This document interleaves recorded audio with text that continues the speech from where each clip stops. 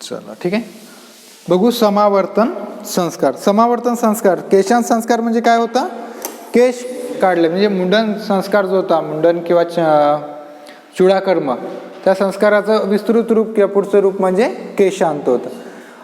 ते ज्या गुरु आश्रमी जायचा मुलगा त्यावेळी तो काय करायचा? केशांत संस्कार करून जायचा. म्हणजे पूर्ण केशाचं काय करायचा? तो मुंडन करून गुरुच्या आश्रमी जायचा. ठीक आहे. जर का बरं असेल ते? कॉन्सन्ट्रेशन राहत नाही. जर तुमची केस जर राहिले तर आपलं अर्ध लक्ष ते काय राहते? केसांकडेच राहते. हात फिरव, पहा. तुम्ही मिररमध्ये जा ना, मिररमध्ये 10 वेळा आपण काय करतो? केस नीट करतो आपले, आहे की नाही? नीट राहते तरी 1-2दा हात फिरवतोस, म्हणजे कॉन्सन्ट्रेशन बिघडते. परीक्षेत तुम्ही जर अभ्यास करत असाल, तुम्ही फॅशनेबल असाल तर काय हरकत नाही, आवाज जातो ना. हात दिसतो का? दिसतच नाही. बरं ठीक आहे. जर तुम्हाला जर अनेक शौकीन राहतात केसाचे, ठीक आहे, मग त्या केसाच्या मागे सगळं कॉन्सन्ट्रेशन बिघडून जाते. जर केसच राहिले नाही, म्हणजे टकलाच करू नये, बिलकुल चाटीच आहे, तर त्याचं कॉन्सन्ट्रेशन ज्या कामावर आहे त्याच कामावर राहील. ठीक आहे. म्हणून तुम्ही अनेकदा किस्से ऐकले असाल कोणाकडून, UPSCची प्रिलिम पास केली तर ते मुंडन करून टाकायचे मेन्सच्या अभ्यासासाठी. म्हणजे एक तर आपण विद्रूप दिसतो तर बाहेरही निघत नाही, आणि तो केसावर जो तेल लावणं आहे किंवा त्याच्यावर संस्कार करणं आहे तो एक वेळ वाचतो. ठीक आहे. म्हणून तो केशांत संस्कार मुंडन करून तो गुरुच्या आश्रमी स्टुडंट काय करायचा? जात होता. आणि नंतर समावर्तन संस्कार जो आहे तो समवर्तन, म्हणजे तो आता गुरुच्या आश्रमातून कुठे येत आहे? घरी येत आहे. समावर्तन संस्कारमध्ये तो काय करते? ब्रह्मचर्य आश्रमला सुरुवात करतो. नाही, गृहस्थ आश्रम, म्हणजे ब्रह्मस्थ आश्रमचा शेवटचा केशांत आणि गृहस्थ आश्रमचा सुरुवात. बघा, हे 16 संस्कार जे आहे आपले, तेच 4 आश्रम जे सांगितले त्याला रिलेट करतात. ठीक आहे. आश्रम पाहिले आपण, आश्रमचा व्हिडिओ पाहिले असेल तर तुम्हाला माहिती, 4 आश्रम सांगितले आहे: ब्रह्मचर्य, गृहस्थ आश्रम, संन्यास आणि वानप्रस्थ. ठीक आहे. ते ही जी आहे समावर्तन संस्कार कशाची सुरुवात आहे? गृहस्थ आश्रमचं. म्हणजे आता तो जो ब्रह्मचारी आश्रम संपवून तो कुठे येत आहे? विद्यार्थी जो आहे तो घरी परत येत आहे. म्हणजे 4 टप्प्यात आश्रम व्यवस्था होती. ठीक आहे. 25 नंतर तो काय करायचा? घरी यायचा, गृहस्थ आश्रममध्ये इन्व्हॉल्व व्हायचा. तर समावर्तन मग काय म्हणते ते, की तो ब्रह्मचारी आश्रमला संपवून विद्येचं जे काही कार्य आहे, शिक्षणाचं जे कार्य आहे ते सगळं आटपून तो कुठे यायचा? घरी यायचा. मग घरी यायच्या अगोदर ज्या गुरुकडे तो शिक्षण घेण्यासाठी गेला आहे त्याच्याशी तो नमस्कार करून त्याची आज्ञा घेऊन, म्हणजे गुरुची आज्ञा महत्त्वाची, की तो झाला की नाही बा, पूर्ण ट्रेन झाला की नाही, त्या ज्या गुरुला अपेक्षित तो शिष्य तयार झाला की नाही, ह्या सगळ्या गोष्टी पाहून काय करायचे? गुरु आज्ञा करायचे. आणि मग तो त्याच ठिकाणी, ज्या ठिकाणी तो शिक्षण घ्यायचा, त्या शिक्षण तिथे सगळं पवित्र विधी वगैरे आटपून तो घरी यायचा. मग घरी आल्याच्या नंतर तो कुठे इन्व्हॉल्व व्हायचा? गृहस्थ आश्रममध्ये. ठीक आहे. मग गृहस्थ आश्रम मधला दुसरा संस्कार जो आहे, जो खूप महत्वाचा आहे, विवाह. आता विवाह संस्कार विषयी विशेष तुम्हाला सांगायची गरज नाही, फार आपल्याला माहिती आहे. ठीक आहे. कारण की एवढ्या वर्षाचा अनुभव आहे आपला. अनेकशे लग्न तुम्ही खाल्ले असाल. लग्न खाल्ले की नाही? यावर्षीच तुमचं फक्त हिरमूज झाली असेल, जवळचे लग्न वगैरे राहून गेले असेल, परंतु याच्या अगोदर तर तुम्हाला त्याचा अनुभव आहे लग्नाचा. ठीक आहे. तर विवाह संस्कार हा गृहस्थ, आता तरी आपण जर म्हटलं तर आता असं काही नाही राहिलं, समावर्तन संस्कार नाही आहे. पोरगं काही शिकायला कुठं गुरुच्या आश्रमी जात नाही, पण काही आहे अजूनही, फॉरेनला जाणारे आहेत किंवा अशी बाहेर शिक्षणासाठी दूर जाणारे आहेत, पुणे मुंबईकडे जाणारे आहेत. शिक्षण संपलं का मग काय होतात? कोणता प्रश्न निर्माण होतो? नोकरीचा. विवाहानंतर आता नोकरीचा प्रश्न आहे. नोकरी जर सेटल झाली तर मग विवाह. ठीक आहे. त्या नोकरीच्या चक्करमध्ये 35, 37, 40 पर्यंत मुलं काय करतात? थांबतात. मग त्याला मुलगा म्हणायचं का माणूस म्हणायचा हा प्रश्नच निर्माण होतो, आहे की नाही? नोकरी ते साहजिक आहे. जर आपल्याकडे मिळकतच राहिली नाही तर आपण जिम्मेदारी घेऊ कशी दुसरी. आणि विवाह ही सगळ्यात मोठी जिम्मेदारी आहे, तिला असं झटकता येत नाही. म्हणजे जसं काही दुसरी जिम्मेदारी आली तर पटकन आपण झटकून मोकळे होऊ शकतो, पण एकदा विवाह झाला की मग ते जिम्मेदारी राहते, तिला झटकता येत नाही. मग काही करावं लागते, पण ते जे काय आपल्या मागे उभे राहतात, जी काही फॅमिली आहे, त्या फॅमिलीचं संगोपन आपल्या हातून होणं ते गरजेचं राहते. ठीक आहे. तर विवाह संस्कार हा जो आहे तो त्याचे अनेक हेतू आहेत, पण त्यातला मुख्य हेतू म्हणजे पितृऋण जे राहते, पितृऋण म्हणजे आपल्यावर काही आपल्या वडिलांचं ऋण राहते. मग आपण त्यांना काय करतो, त्या ऋणातूनही मुक्ती करण्यासाठी एक विवाह संस्कार आहे. आणि परत माणूस म्हणून जगत असताना काही मानवी जीवनाच्या अपेक्षा राहतात, ठीक आहे, इच्छा राहतात, त्या इच्छेपूर्तीसाठी विवाह संस्कार आहे. ठीक आहे. परत त्याला आपण सांगता येते सुख दुःख जे आहे, ठीक आहे, त्याचं जे शेअरिंग आहे, तर त्या शेअरिंगसाठी एक जो आपला हक्काचा माणूस पाहिजे, अगदी हक्काचा, तर तो जो त्याच्यासाठी विवाह संस्कार आहे. तुम्ही पहा, पत्नी किंवा पती हे दोघं हे रिलेशन जसं असते ते कुत्र्या मांजराचं जसं राहते ना भांडण, तसं भांडतात पण बिचारे मिळतातच. म्हणजे त्याचा झगडा म्हणजे झगडा ग्राह्य धरत नाही. नवरा बायकोचा झगडा म्हणजे काही झगडा म्हणत नाही. हा, दुसऱ्याच झगडा राहिला तर एखाद वेळेस दुसऱ्याच झगडा झाला तर तो काय होते, तो तसाच राहील, त्याचा राग पकडला जाईल, बोलणार नाही, वर्षानुवर्ष तोंड पाहणार नाही. पण जेव्हा नवरा बायकोचा झगडा राहते तेव्हा तो क्षणाचा राहते, म्हणजे तो जगजाहीर आहे, तो काही पूर्ण असा परमनंट राहत नाही. मग परमनंट झगडणारे लोक ते डिवोर्सी, अनेक गोष्टी याच्यात.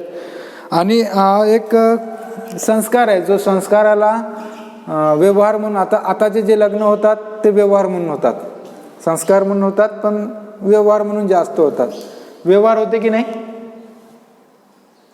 आजचे लग्न व्यवहार म्हणून होत आहे की कसे, हुंडा घेऊन परत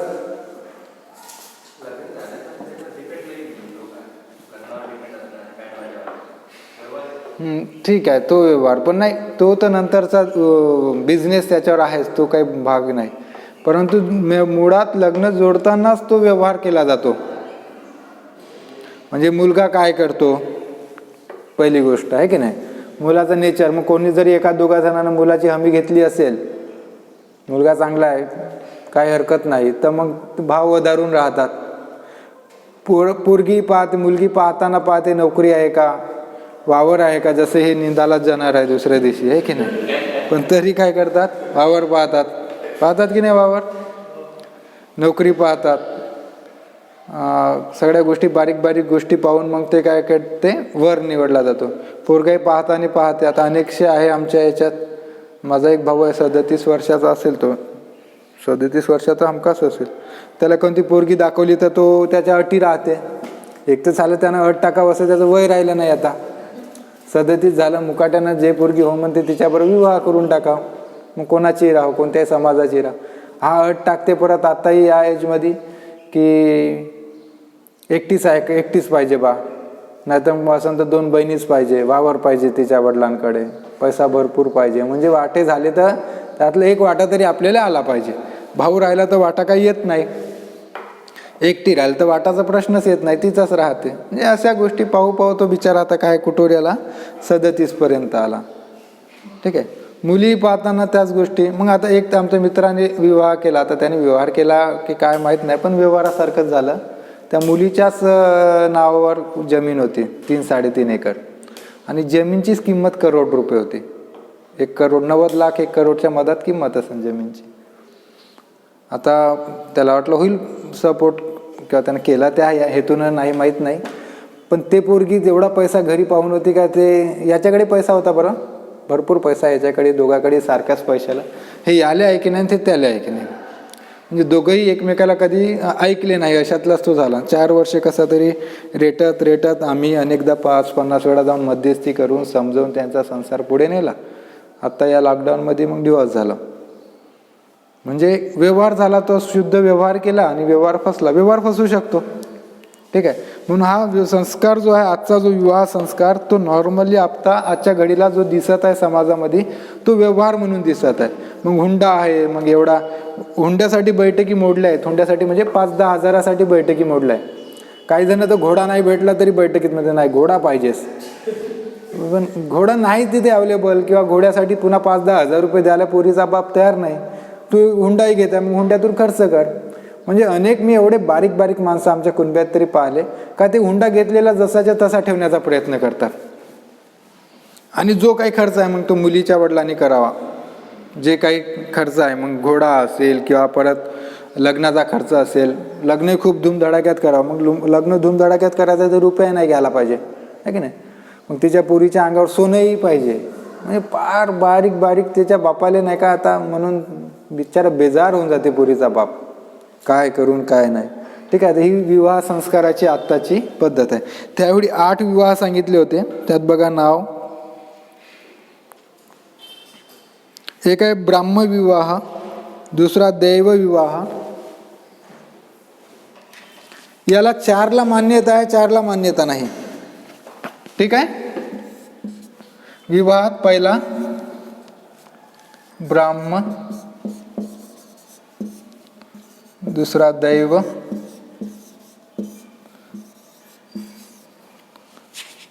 तिसरा आर्ष, चौथा प्राजापत्य.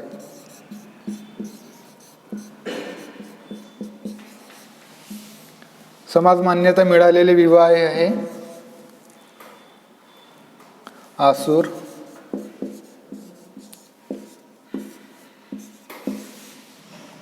गांधर्व,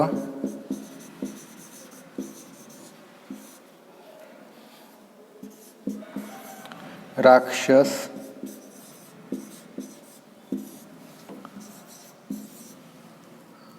पैशाच. विवाह पाहिले तर तुम्हाला लक्षात येईल त्याही काळात असे विवाह होते का, म्हणजे आजच नाही तर त्याही काळात ती विवाहाची पद्धती काय होत्या साऱ्या. आता फक्त नावं बदलले. नाव म्हणजे आपण विवाहाला विवाह एकच विवाह म्हणतो, पडून गेलं तरी आता 2च आपण ढोबळ मानानं म्हणतो, एक तर लव्ह मॅरेज आणि दुसरा अरेंज मॅरेज. आणि तिसरी आता एक नवीन पद्धत खूप रूढ झाली आहे, love with arrange. Love with arrange. Love marriage, love तर राहते, मग मायबाप का करते, साला करायचंच आहे करून दे, पोराची इच्छाच आहे म्हणते तर ठीक आहे. माझ्या मेवण्याचं आताच लव्ह विथ अरेंज झालं. बरं झालं कोरोनात झालं, म्हणजे कमी खर्चात झालं, नाही तर मोठं पुन्हा त्याच्या बापाले रिटायरमेंट नंतर खर्चच खर्च होता. ठीक आहे. आता एक एक विवाह बघू आपण, कोणत्या विवाहाला काय म्हणतात, काय अटी आहे ते लिहून घे. चला बारीक बारीक आहे.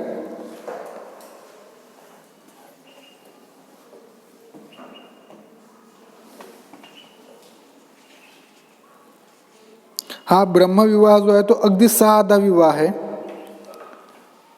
म्हणजे जो मुलगा योग्य आहे, त्या मुलीला योग्य वर जो आहे तो निवडून, आताची जी ट्रॅडिशनल पद्धती आहे आपली, बैठक घेऊन मुलाचे सगळं हे करून, काही जे आदर्श विवाह आहेत, म्हणजे पाहतात घेण देण नाही काही नाही, पहिल्या बैठकीत 2 बैठकीमध्ये त्याची फायनल होते, योग्य वर आणि योग्य वधू राहतात, त्यांच्यात विवाह संपन्न होतो.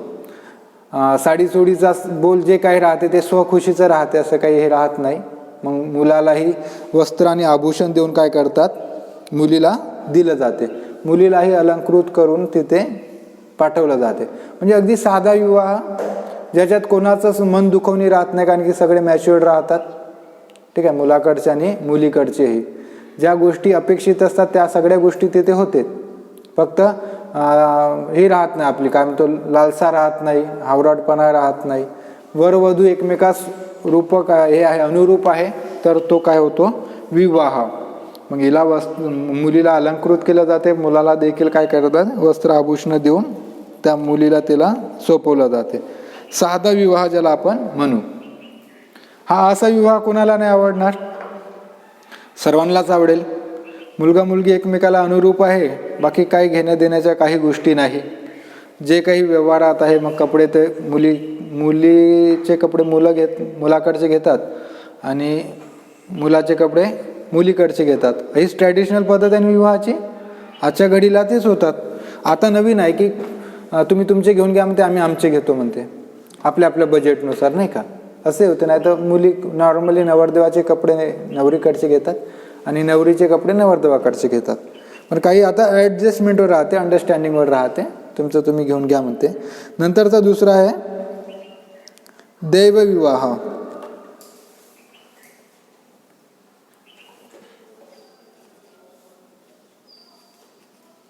आता दैवविवाह म्हणजे काय, ज्याला आपण स्वयंवर म्हणू शकतो. स्वयंवर. आता स्वयंवर म्हटलं की लगेच तुमची कन्सेप्ट क्लिअर होईल. स्वयंवर कशाला म्हणतो आपण? स्वतःचा वर निवडणे किंवा काही एखादी अट ठेवून विवाह संपन्न होणे. ठीक आहे. तर हा दैवविवाह जो आहे जवळपास तो स्वयंवरासारखा आहे. स्वयंवरासारखा म्हणजे मुलीचे वडील काय करतात की यज्ञ ठेवतात.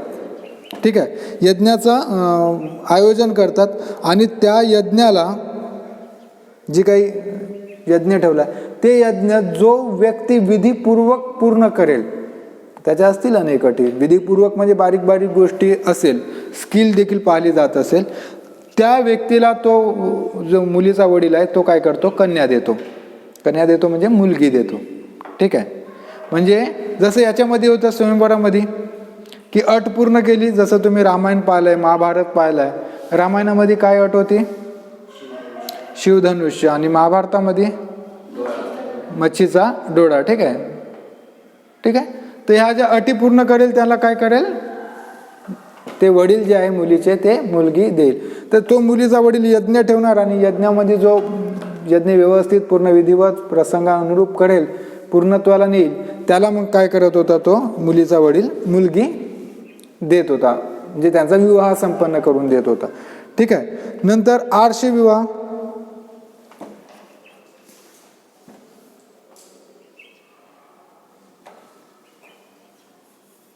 आता आर्ष विवाहामध्ये थोडं वेगळं वाटतं आपल्याला. म्हणजे ही जुनी प्रथा आहे, मूळ प्रथा होती आर्ष विवाहाची.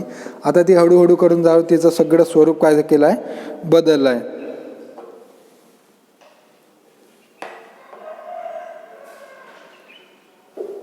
आता याच्यामध्ये काय करायचे, आर्ष विवाहामध्ये मुलीचे वडील आपली मुलगीचं लग्न करून देतात, विवाह करून देते किंवा मुलगी सोपवताना ज्या वराला मुलगी देत आहे वरपक्षाकडून किंवा ज्या ऋषीला मुलगी देत आहे त्या ऋषीकडून एक गाय किंवा बैल घ्यायचे. कशाला? स्वतःचा धर्मकार्य म्हणून होतं ते. उदरनिर्वाह त्याचा एक हेतू असेल.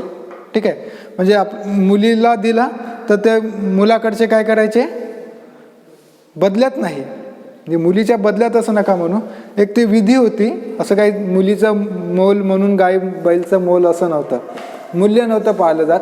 फक्त एक धर्मकार्य म्हणून काय करायचे आर्ष विवाहामध्ये, विवाह जो वरपक्ष आहे तो वरपक्ष वधूच्या वडिलांना काय द्यायचा, गाय किंवा बैल भेट द्यायचा. ठीक आहे. आता काय होते, आता उलट होते. आता मुलीचे वडील काय करतात, भेट देतात, पण गाय बैल नाही देत. आता गाडी देण्याची प्रथा आहे. माझ्या 2 मित्राला गाडी मिळाली, एकाला स्विफ्ट डिझायर मिळाली आणि एकाला i20 का काहीतरी मिळाली. मी म्हटलं साला बरं काम आहे तुमचं, म्हणजे PS आहे तो. आता जो त्याला मिळाली तो दुसरा एक्साईजमध्ये आहे, एक्साईजमध्ये आहे, त्याला काही गरज नाही. एक्साईजमध्ये पैसा असा, आणि चंद्रपूर जिल्ह्यात एक्साईज म्हटल्यावर टेन्शनच नाही, बंदमध्ये सगळंच व्यवस्थित आहे. ठीक आहे. तरी भेट आपली इच्छा म्हणून, त्या जाव्याचं मोल म्हणून काही गाडी नाही, तर स्वखुशीनं आपल्या मुलीला आनंदी राहावं म्हणून काय करतात, मुलीचे वडील गाडी दिली. आता तसंच पहिलं काय करायचे, वरपक्षाकडचे गाय किंवा बैल द्यायचे, म्हणून त्याला आर्ष विवाह म्हणतात. नंतरचं आहे प्राजापत्य. बघा, याही विवाहाला मान्यता आहे, ब्राह्म्य, दैव आणि आर्ष. तसा प्राजापत्यालाही देखील काय आहे, विवाहाला सर्व मान्यता आहे, कोणी याला विरोध करत नाही. ठीक आहे. हा या पद्धतीने करा किंवा या पद्धतीने करा किंवा या करा किंवा या. ठीक आहे. म्हणजे हे सगळे काय झाले, मान्यता प्राप्त विवाह पद्धती आहे. नंतर प्राजापत्यामध्ये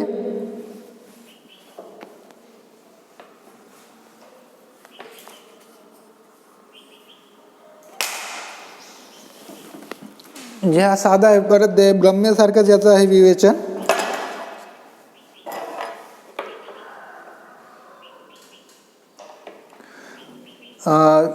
वर आणि वधू या दोघांनीही एकमेकासोबत जोपर्यंत जीवन आहे त्यांचं तोपर्यंत आनंदाने आणि सुखाने जीवन जगावं हा एक एवढा हेतू ठेवून काय केला जातो, हा विवाह केला जातो. आणि ह्या विवाहाच्या वेळी आशीर्वादही तसेच राहतात. म्हणून मनुस्मृतीमध्ये सांगितलं आहे की त्या दोघांनाही धर्माचरण करावं, एक साथ धर्माचरण करावं असा तो हेतू राहतो. धर्माचरण म्हणजे धर्माचं आचरण, म्हणजे ज्या काही गोष्टी आता धर्म आचरण कशात कुठे राहते. परत धर्म आचरण आपण आश्रम व्यवस्थेत जोडू शकतो. आश्रम व्यवस्था जगली पाहिजे. तो वधू वर पक्ष जर ब्रह्मचर्य जगून येत असेल तर उरलेले जे 3 आश्रम आहेत ते दोघांनी एकत्र जगावे, म्हणजे एकत्र धर्माचरण करावं.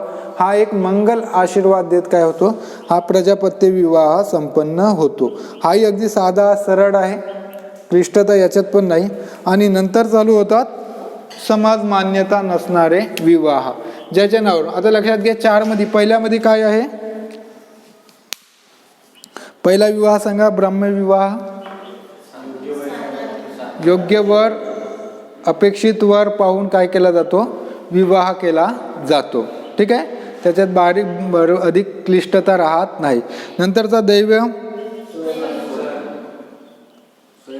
स्वयंवरासारखं, म्हणजे वडील काय करतात, एक अट ठेवतात, त्या अटीची यज्ञ ठेवतात आणि त्या यज्ञाची पूर्तता जो मुलगा किंवा जो ऋषी करेल त्याला काय करायचं, मुलगी द्यायची. तिसरा आर्ष, वर पक्षाकडून मुलगी सोपवताना गाय किंवा बैल, त्या मुलीच्या मोबदला म्हणून नाही तर विधी म्हणून, धर्मकार्य म्हणून. नंतरचा शेवट प्रजापत्य,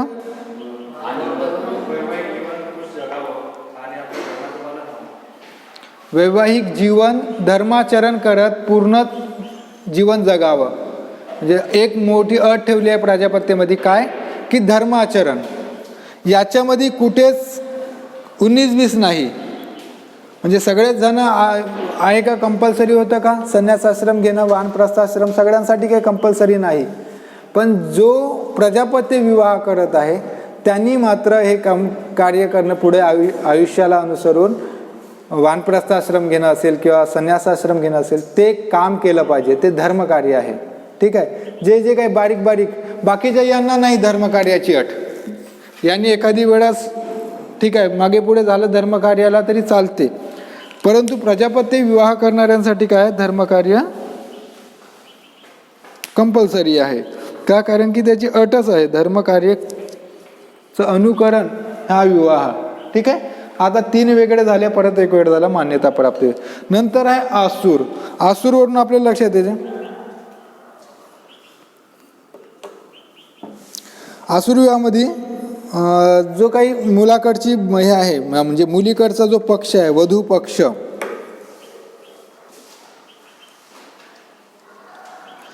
वधू पक्ष काय करतो, वर पक्षाच्या लायकीनुसार किंवा त्याच्या जे काही त्याची कुवत आहे त्या कुवतीनुसार पैसे घेऊन मुलीला सोपवतो. काय होता, वर पक्षाची जी काय ऐपत आहे त्या ऐपतीनुसार पैसे घेऊन मुलीला काय करतो, तो त्याच्याशी विवाह लावून देतो. त्याला म्हणतात आसूर विवाह. म्हणजे आजचं उलट, अगदी उलट आहे. म्हणजे आजच्या विवाह पद्धतीच्या अगदी उलट म्हणजे आसूर.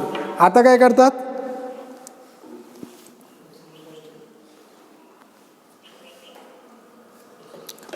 आता मुलीकडची कंडिशन पाहतात, काही तेही पाहत नाही, काही एवढे अट्टहासी राहतात का ते डायरेक्ट सांगतात 5 लाख पाहिजे, 10 लाख पाहिजे.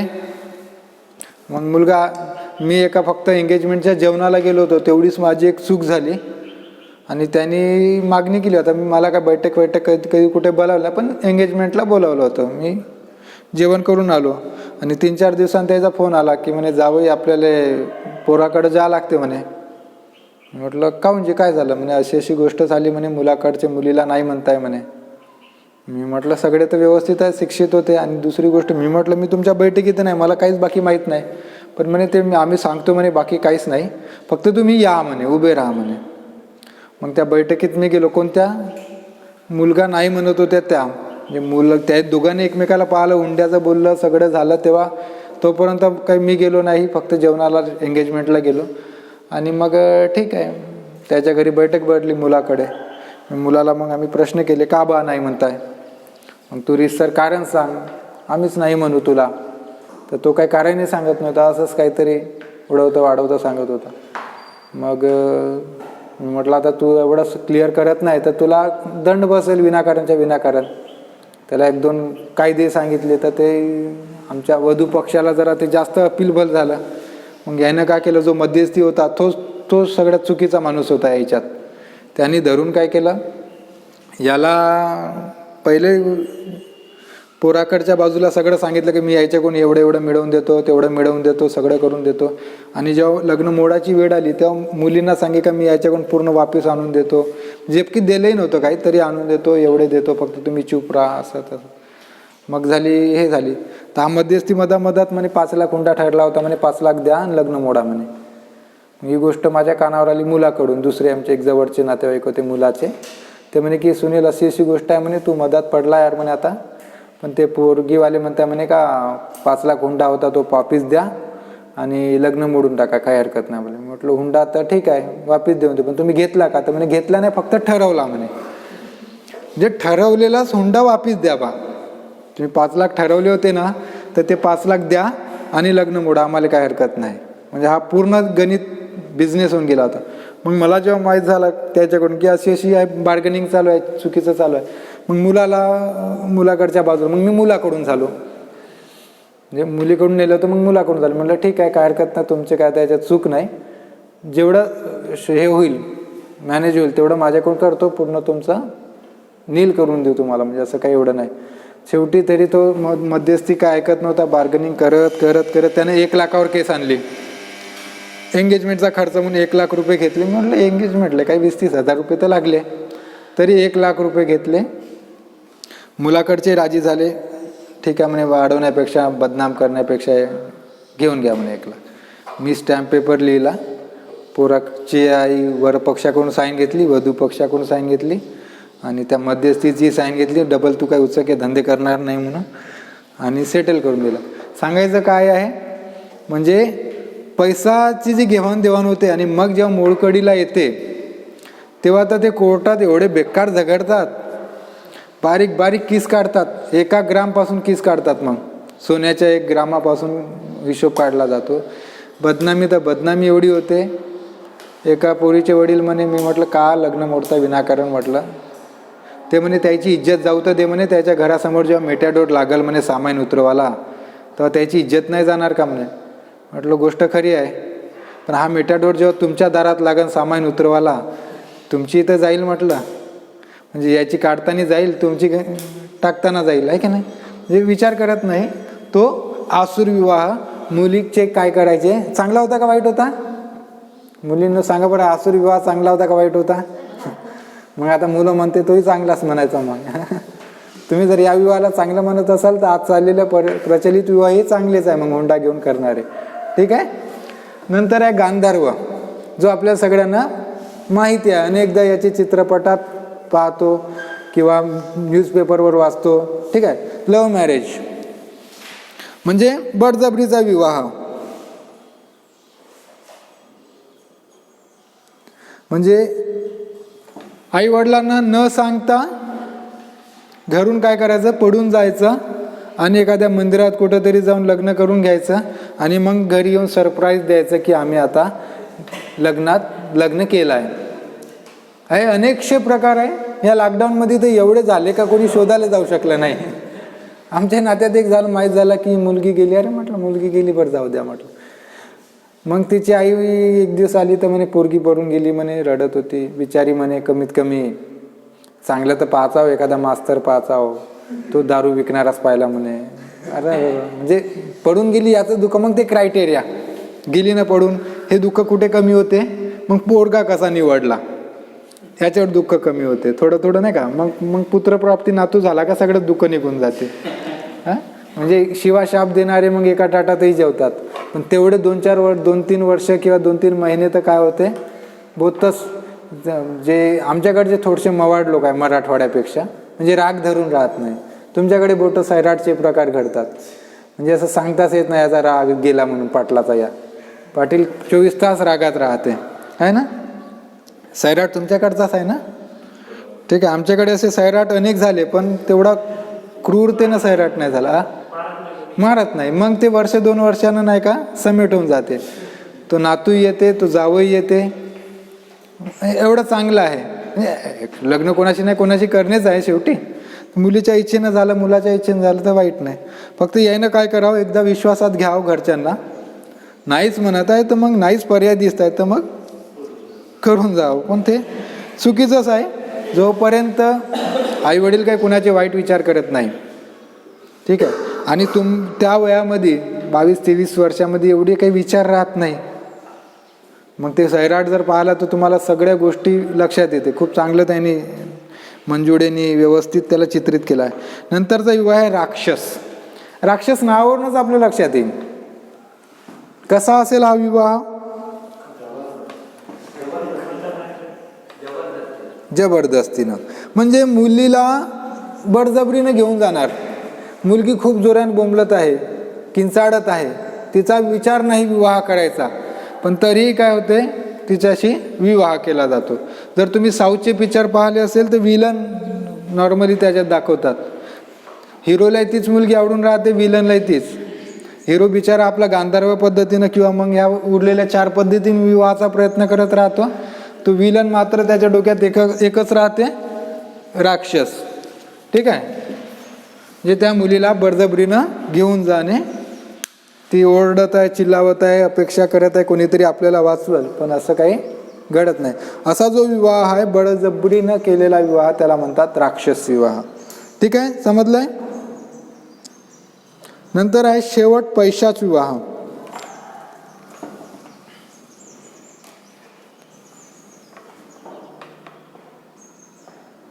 म्हणजे हा सगळ्यात खालच्या, म्हणजे हा निंदित विवाह आहे. म्हणजे या विवाहाला फार मान्यता नाही, म्हणजे सगळ्यात गेलेला विवाह ज्याला म्हणू, म्हणजे कवडीची किंमत नाही. लग्न केला तरी याला लोक सन्मान देत नाही, असा तो पैशाच विवाह. पैशाच विवाहामध्ये कसं, वधू जी आहे, ज्या मुलीचं अपहरण होत आहे, त्या मुलीला ती होशमध्ये नसताना, म्हणजे समजा एक झोपेत असेल ठीक, किंवा ती अनकॉन्शियस असेल, तशा अवस्थेत तिला घेऊन जाणे. ठीक आहे, म्हणजे राक्षस विवाहामध्ये कमीत कमी तिला होश तरी आहे, ती ओरडत तरी आहे वाचवा वाचवा म्हणून. ह्या विवाहामध्ये तिला तेवढं पण होश नाही. एक तर मग तिला त्या पद्धतीनं मद्यपान असेल, मद्यपान देऊन बेशुद्धी आणली असेल, किंवा बेशुद्धीचं औषध देऊन बेशुद्धी आणली असेल, किंवा डोळ्यावर झोप असेल तर बेशुद्धी असेल, किंवा ती एखाद्या टेन्शनमध्ये अनकॉन्शियस असेल, तर तशा अवस्थेमध्ये काय करणे, विवाह करणं, म्हणजे तो आसुर विवाह. ठीक आहे, हे 8 विवाहाचे प्रकार आहे. याच्यात 4ला मान्यता आहे, 4ला मान्यता नाही. याला हा कशाचा आहे, आसुर विवाह.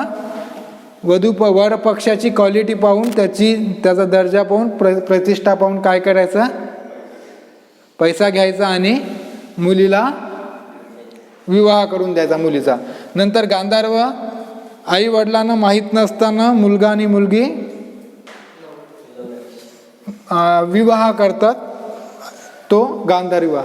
राक्षस विवाह म्हणजे जबरदस्तीने, वर काय करतो, तो मुलगा तिला उचलून घेऊन जातो, ती मात्र बचावासाठी आक्रोश करत राहते. पैशाच विवाह, तिला उचलून तर नेते पण ती अनकॉन्शियस राहते, बेशुद्धी अवस्थेत राहते, झोपेच्या अवस्थेत राहते. हे झाले 8 विवाह. तुम्हाला 8 विवाह परीक्षेतही विचारले जाऊ शकते. कोणीही विवाह विचारलं तर विवाह चित्रपट लिहून ठेवायचा नाही, नाहीतर त्याची स्टोरी लिहून ठेवाल.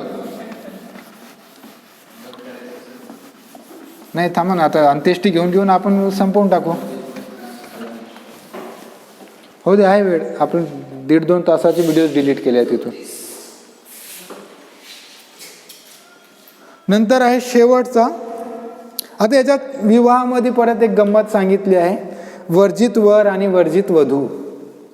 वर्जित म्हणजे कोणत्या मुलाशी विवाह करू नये आणि कोणत्या वधूशी विवाह करू नये. ह्याच्यातले मुख्य मुख्य सांगतो, हिंदीत आहे बघा. शरीर मन और बुद्धि से रोगग्रस्त विक्षिप्त म्हणजे पागल शी विवाह, त्याच्याशी विवाह करू नये. कोणाशी? शरीर मन आणि बुद्धी यांनी रोगग्रस्त, एक तो मनाने रोगग्रस्त असेल म्हणजे सायको असेल, सायकोशी तर कधीच विवाह करू नये, है की नाही.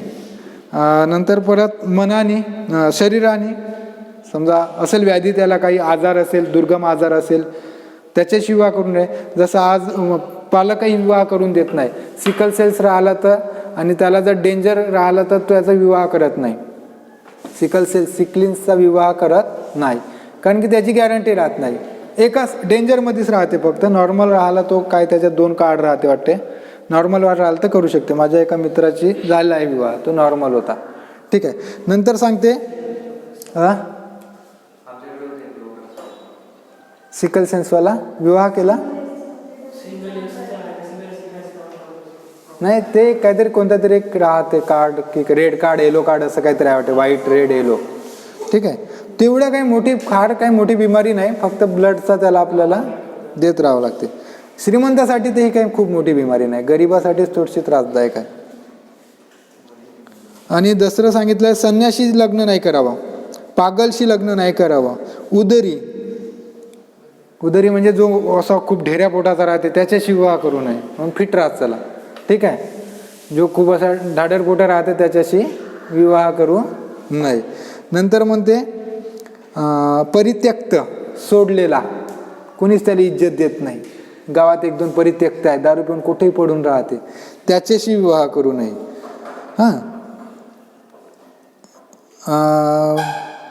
नंतर आहे क्षयरोगी, गुप्तरोगी, प्रमत्त म्हणजे पागल, कुष्टी, अंधा, बैरा. ठीक आहे. याच्याशी विवाह करू नये, हे ते सांगत आहे मनुस्मृती. पण आता अंधड्या बैऱ्याचा विवाह होतो, त्यांच्या अनुरूप त्यांना वधू भेटतात. विवाह सगळ्याचा जन्मसिद्ध अधिकार झाला आहे आता. ठीक आहे. तो त्याला मिळालाच पाहिजे. आणि वधूसाठी वर्जित काय, भुरे वर्णवाली नाही पाहिजे. भुरे वर्ण म्हणजे भुरी, ज्याला आपण काय म्हणतो व्हाईट ब्युटी, खूपच वाईट राहते, खूपच पांढरी राहते पा, म्हणजे पालीचं पोट जसं पांढरं राहते ना तशा मुलीशी विवाह वर्जित सांगितलं आहे. घाऱ्या डोळेवाल्या मुलीशी विवाह वर्जित सांगितलं आहे. तसं घाऱ्या डोळ्याच्या मुलाशी विवाह वर्जित आहे, म्हणजे त्याचा अंदाज घेता येत नाही केव्हा फसवतील म्हणून. घारे डोळे म्हणजे गिजरे नाही, गिजरे म्हणतो का आपण त्याला. आणि याला काय म्हणतो, जे अपर टिपर राहते त्याला तिरक आहे ना. गिजऱ्याशी विवाह करू नये, ते भरोसेमंद राहत नाही, असं मी नाही सांगत हा, नाही तर तुम्ही उद्या माझ्यावर केस टाकाल, एखादा गिजरा व्यक्ती. ठीक आहे. आणि ज्या मुलीचं नाव खूपच विचित्र आहे, असं राक्षसी नाव आहे, त्या मुलीशी विवाह करू नये. ठीक आहे. भयंकर नाववाल्या मुलीशी विवाह करू नये. छोट्या हाईटवाल्या मुलीशी विवाह म्हणजे बटू विवाह करू नये, अगदी छोटं हाईट असेल तिच्याशी विवाह करू नये. कर्णबटूशी विवाह करू नये. छोटं म्हणजे 2 फूट 1-2 फूट. तुम्ही एकमेकाकडे पाहून हसू नका, नाही तर तुम्हावरही असतील. जो असेल त्यालाही काहीतरी अटी आहे बरं इथं. जो दुसऱ्यावर असेल त्यालाही काहीतरी इथं अट आहे. सांगू तुझी अट नाही ना. ठीक आहे. म्हणून कोणावर हसू नका. मी हसण्यासाठी नाही सांगत आहे, नॉर्मली जनरल सांगत आहे तुम्हाला. जर विवाह तुम्ही शेवटी कन्क्लुजनमध्ये लिहू शकता. परत ते रोगी जे आहेत, ठीक आहे, मन बुद्धी आणि शरीराने ग्रस्त असलेल्या, बुद्धी आणि रोगग्रस्त असलेल्या व्यक्ती मुलीशी विवाह करू नये. दातांमध्ये अधिक अंतर असेल तर तिच्याशी विवाह करू नये. दात बाहेर निघून असेल तर तिच्याशी विवाह करू नये. कुणी करत म्हणजे असं तिच्या लायकीचा पोरगा भेटते, पण नॉर्मली चांगला पोरगा जाते ना, अशी 2 याच्यामध्ये जर दिसली बोतच फट, जे उंदीरही बाहेर निघू शकेल किंवा काही, तर त्याच्याशी विवाह करू नये. तोतड्या पोरीशी विवाह करू नये. समजत नाही का म्हणत आहे. ठीक आहे. आणि नंतर शेवटचा आहे अंत्येष्टी. अंत्येष्टी म्हणजे अंत्येष्टी बघा, शेवटचा संस्कार आहे, पेटवून देऊन मोकळं होऊ. ठीक आहे. अंत्येष्टी, अंतिम, हा संस्कार वेगवेगळा केला जातो. त्या दिवशी मी चर्चा केलीच होती तुम्हाला. ठीक आहे. आता या संस्काराविषयी विशेष काय सांगायची गरज नाही. हा संस्कारातलाही अंतिम संस्कार आहे आणि मानवी जीवनातलाही अंतिम संस्कार आहे. म्हणजे जन्म आणि मृत्यू. जन्मला तो मरेलच, कोणत्या ना कोणत्या, एक नैसर्गिक मृत्यू मरेल, आजारानं मरेल, किंवा अचानक ॲक्सिडेंटनी मरेल, किंवा स्वतः मरेल, आत्महत्या करून घेईल. पण मृत्यू अटेड आहे. असा कोणीच नाही जो अमर आहे. करोड असेल तरी. तुम्ही पहा दिलीप कुमार आजच्या कंडिशनला, पैसे काही कमी आहे का? अमाप पैसा आहे, पण त्यालाही मृत्यू आहेच. ठीक आहे. त्याच्यामुळे हा जो आहे, आता याच्यामध्ये प्रत्येकाचा वेगवेगळे राहते. वय आयुष्य सांगितलं याला 100 वर्ष, पण त्या आयुष्यमानपर्यंत आता जात नाही. आता रासायनिकचा काळ आहे, त्याच्यामुळे जेव्हा मेला तेव्हा त्याला काय केलं जाते, अंतिम संस्कार केले जातात. आता जे अंतिम संस्कारचे बारीक बारीक नियम आहेत. काय नियम आहे अंतिम संस्कारचे, त्याच्यावर एक 10 मिनिटं घेऊ आणि थांबू आपण. आता काय अंत्येष्टी जो आहे आता कसा केला जातो, जाळल्या जाते. पण ते बारीक बारीक गोष्टी आहेत, त्याला नेतपर्यंत, तिथे त्या स्मशानभूमीपर्यंत नेतपर्यंत विधिवत राहते. म्हणजे असेल काहीतरी, ते हळदवाल्या अजून एकाही माहितीत नाही गेलो मी. म्हणजे असेल, म्हणजे मी लग्न नाही झालं, कुवारा मेला, त्याच्या माहितीत अजून नाही गेलो. हा, लग्न करून ते म्हणजे तो भटकत नाही राहायला पाहिजे म्हणून. मायबापाला किती टेन्शन राहते. ठीक आहे. म्हणजे आता जो व्यसनी असेल त्याच्यासोबत त्याचं व्यसनही दिलं जाते. तृप्त व्हावं बा, मग परत आत्मा बनून येऊ नये. ठीक आहे. आता याच्यामध्ये ज्या काही अनिष्ट प्रथा आजही चालू आहे, म्हणजे आज गरजेची नाही ती गोष्ट, ती सोडली तरी आज चालते. जसं सूप नेणे आहे, आकटं नेणे आहे. आकटं नेण्याची गरज आज नाही, सूप नेण्याची गरज आज नाही, मुरमुरे फेकायची आज काही गरज नाही. ठीक आहे. पहिल्याचा काळ होता, कोणत्या गावची स्मशानभूमी कुठं आहे कोणाला माहीत राहायची नाही. मग पथदर्शनासाठी, मार्गक्रमणासाठी मुरमुरे होते ते, म्हणजे बा या मार्गानं गेले आहे असं ते इंडिकेट होता. ते आज काही गरज नाही. आज तुम्ही GPS आहे, तुम्ही कुऱ्हाड, ठीक आहे, आज गरज आहे म्हणून कुऱ्हाडीची, तिथं जर एखादी मोठी गाडी असेल तर तोडासाठी काम येईल. पण त्यावेळी ते हिंस्र पशु वगैरे त्याच्यापासून रक्षणासाठी होतं. आता GPS सिस्टीम आहे. त्या स्मशानभूमीतल्या एखाद्याला म्हटलं जवळच्या याला व्हॉट्सअपला लोकेशन पाठवलं आहे, तर आपण बरोबर आहे त्या लोकेशनवरून स्मशानभूमीवर जातो.